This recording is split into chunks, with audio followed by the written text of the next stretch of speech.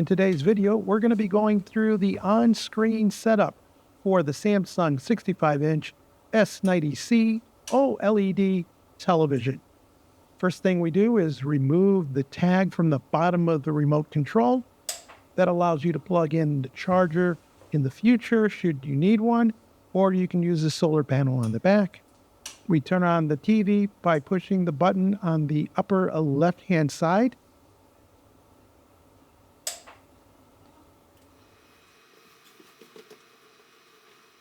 After a few seconds, we get a greeting, a color splash screen, and then we have to make a choice. We can set up by using a smartphone or using the remote control that's in our hands. I'm going to opt for the remote control just so I don't have to go through the getting an app and signing on procedure for the smartphone. Immediately, the TV looks at its 4 HDMI ports to see what's connected. So if you have devices like a DVD player, cable box, SAT box, a receiver, a game console, projector, you should plug those in and have them on so the TV can detect which ports they're plugged into and automatically set up to them. In our case, we see that the antenna has been connected. It's on the far left-hand side, and we have only one HDMI cable, and that's connected to our receiver.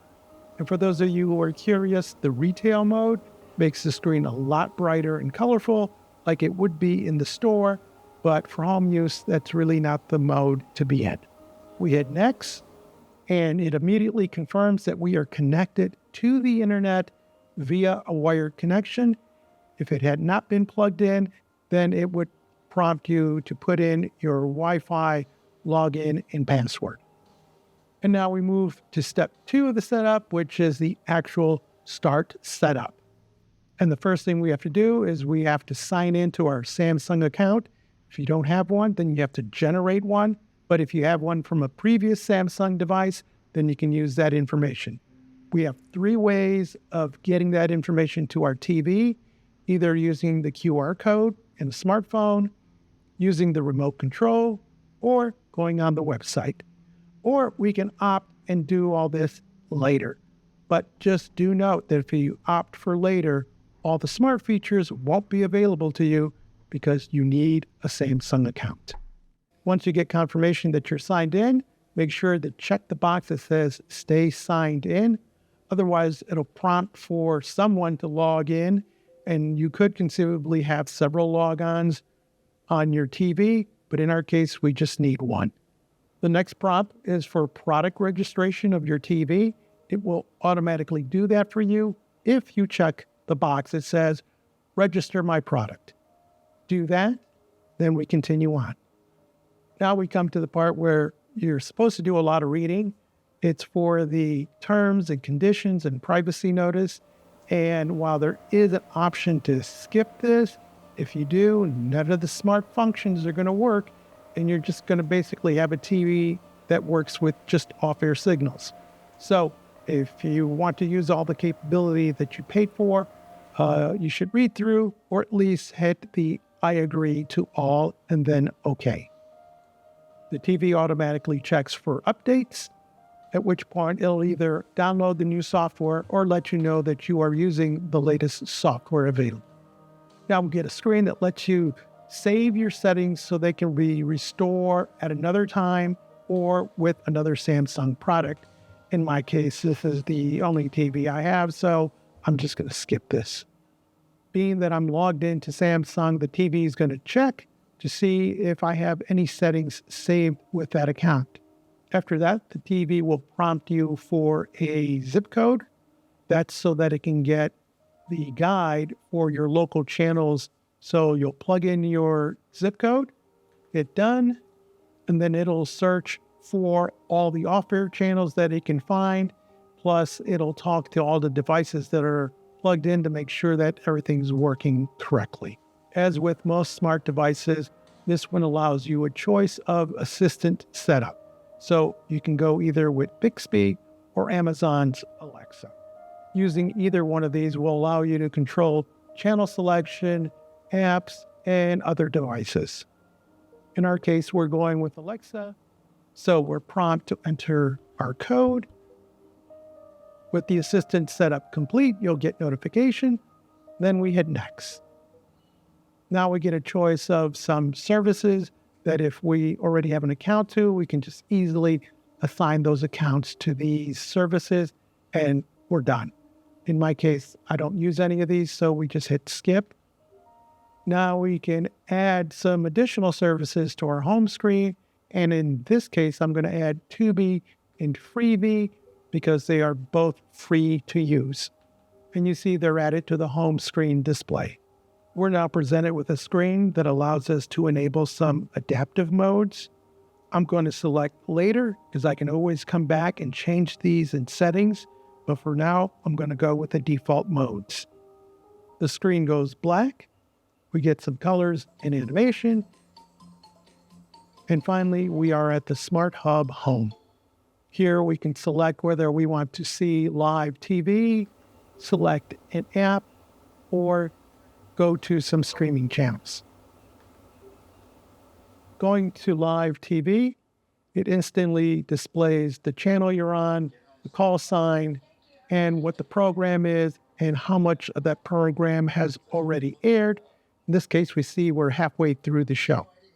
By pressing the center button on the remote, we can get more information about the show if desired. In addition to the off-air channels, there are the Samsung Plus channels. These are free streaming channels, and there's all sorts of programming on them. And again, you get the channel, the program name, and how much of the program has already played out. Because we entered a zip code, we get a listing for all the off-air channels, plus all the Samsung Plus channels. Quick side note, here we are on the Bloomberg channel, and you see the plethora of text that's on the screen. And the amazing thing is, because this is such a high-resolution monitor, everything is legible. Even the smallest fonts are legible on this monitor.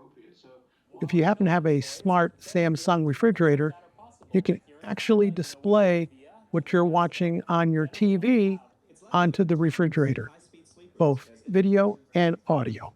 This concludes the setup of the Samsung S90C and similar smart TVs. As a special thank you for watching, here are 3 bonus tips.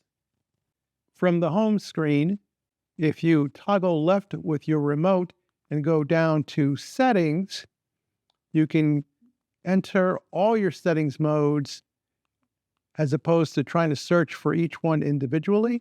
Important things to pay attention to are in support.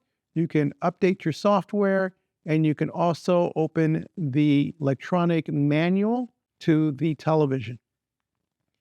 The general policies and privacy settings are there, broadcast settings, connections to external devices and the internet, sound adjustments, and of course, picture adjustments.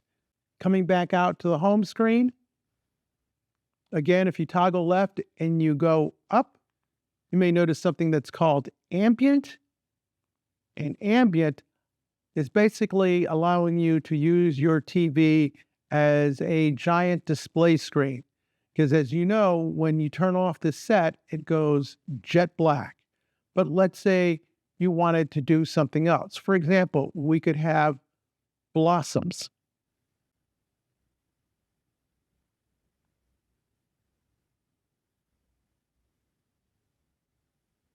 And as you see, blossoms grow and move. So it's basically a giant screensaver that just displays, and it can run for hours on end. So instead of just having a black screen on your wall, you could have something decorative that's actually animated and colorful. Samsung provides a wide selection to choose from. Some of these will have to be downloaded when you select them, but they are all high-resolution images and can actually be adjusted to blend in to your surroundings. And now if we cursor back, and if we go up one from ambient, we have search. And as you know, there's just a plethora of endless entertainment choices. And sometimes you're just looking for something in particular. And this mode allows you to go up, use a search bar, and then enter something that you want to look for. So let's say I want to look for Nova